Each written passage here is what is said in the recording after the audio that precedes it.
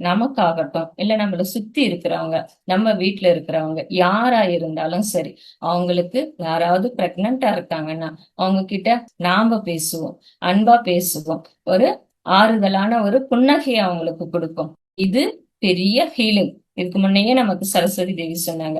இது மிகப்பெரிய ஹீலிங் பண்ணும் நம்மள அப்படின்னு சொல்லிட்டு. ஏன்னா அடுத்த தலைமுறையே அங்க இருந்து தான் ஆரம்பமாகுதுன்னும் போது, அந்த பெண்ணுக்கு கூட அந்த பாதுகாப்பு உணர்வு அப்படிங்கிறத நம்பளால முடிஞ்ச அளவுக்கு நாம குடுப்போம் மாஸ்டர்ஸ். ஸோ இந்த பிரிவு அப்படிங்கிறது மிகப்பெரிய தாக்கத்தை ஏற்படுத்துச்சு.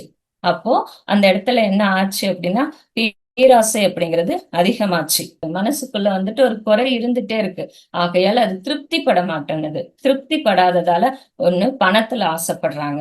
இல்லைன்னா அந்த பெயர் புகழுக்காக ஆசைப்படுறாங்க. எது வேணாலும் நினைச்சது நடக்கணும்னு ஆசைப்படுறாங்க. அந்த குறைப்பட்ட மனம் அவங்கள பேராசைக்கு உட்படுத்துது.